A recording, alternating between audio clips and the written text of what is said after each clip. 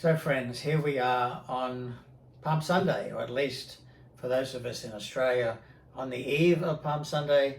For those of you joining us from somewhere else in the world, then it's perhaps earlier on the Saturday. But wherever we're coming from for this event, we're celebrating Palm Sunday and the beginning of Holy Week. If you've ever been on the Mount of Olives for a Palm Sunday event, you'll know what an amazing occasion that is, as thousands of pilgrims gather from around the country and from around the world, celebrating their identity and their faith as the Jesus people, as the people of Christ, singing, waving palm branches, making their way in procession, led by the scouts and then ultimately by the patriarchs and so on, as they make their way from the church of Bethany and Bethphage all the way through to Jerusalem. 2,000 years ago, when Jesus made a similar journey from those same villages at Bethphage and Bethany, across the Mount of Olives, down through the Kidron Valley, past Gethsemane, up into the streets of the ancient city of Jerusalem, not so much the old city as the ancient city of Jerusalem, it was probably a very different scene. The numbers were probably nothing like what you would see there on Palm Sunday in Jerusalem these days. The people there were disciples and also interested onlookers who'd heard rumors about this kingdom of God prophet, this prophet who was speaking about the empire of God taking the place of the empire of Caesar. But there wouldn't have been anything like the size of the crowd, and there certainly were not yet followers of Jesus from around the world, and there was not a 2,000-year story from Palm Sunday down to the present. So let's think about that situation back then and now. Back then, Holy Week was just beginning and nobody really had any sense of how it was going to go. I'm sure Jesus had no minders who gave him his schedule for the week and said, well, on Monday there'll be an interview with the press at the Temple Mount, and on Tuesday we're going to cross to have a demo outside the house of Caiaphas. No, nothing like that. The events that we recognize as Holy Week had not yet happened and were mostly unplanned because they seem to have been spontaneous. Similarly, the central moment of Holy Week, the cross, Good Friday, the death of Jesus, was something which was not a plan that Jesus came to Jerusalem with, but rather a worst case scenario in the back of his mind. If push came to shove, maybe this was how it was all going to end. And of course, 2,000 years ago, on what we would now call the first Palm Sunday, very few people could even imagine what Easter might look like, except perhaps for Lazarus and Mary and Martha.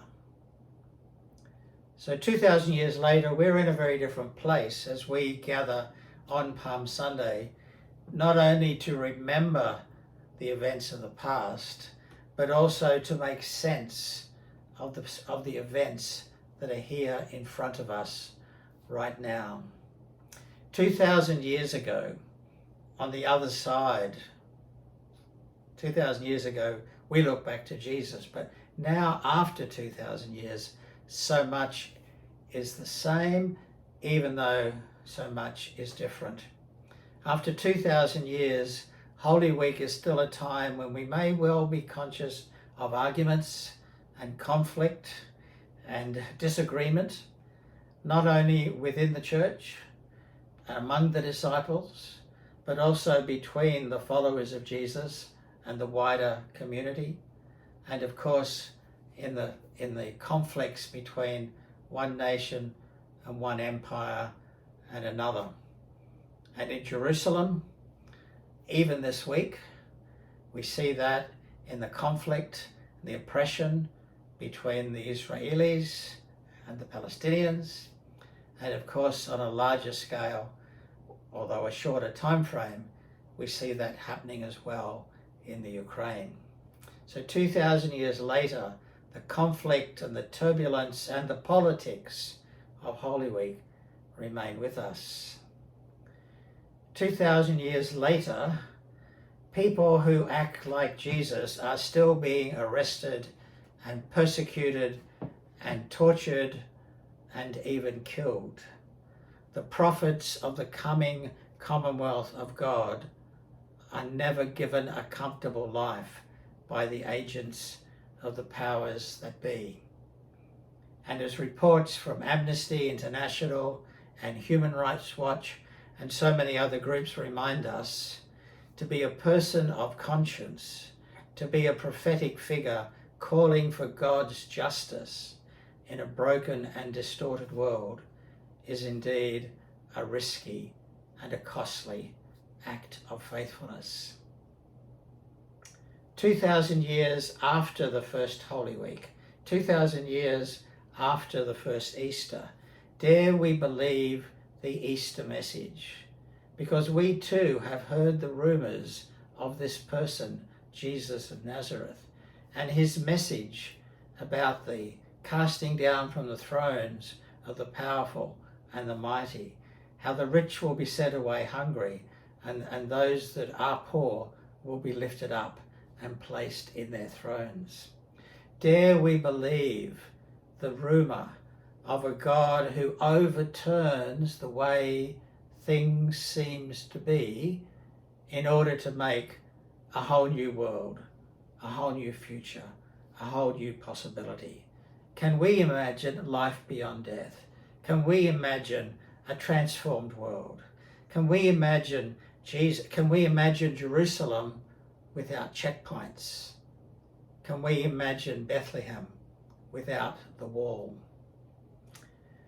These are really critical questions for us to be asking ourselves and to answer properly, because as the passage from Luke reminds us, and this is only found in Luke, as Jesus is going into Jerusalem and the religious leaders say, "Hey Jesus, can't you quieten your disciples down? You know, they're going to draw attention from the authorities." Jesus' reply was, "If these remain silent, even the stones will cry out." And if we remain silent, indeed, even the stones will cry out. Amen.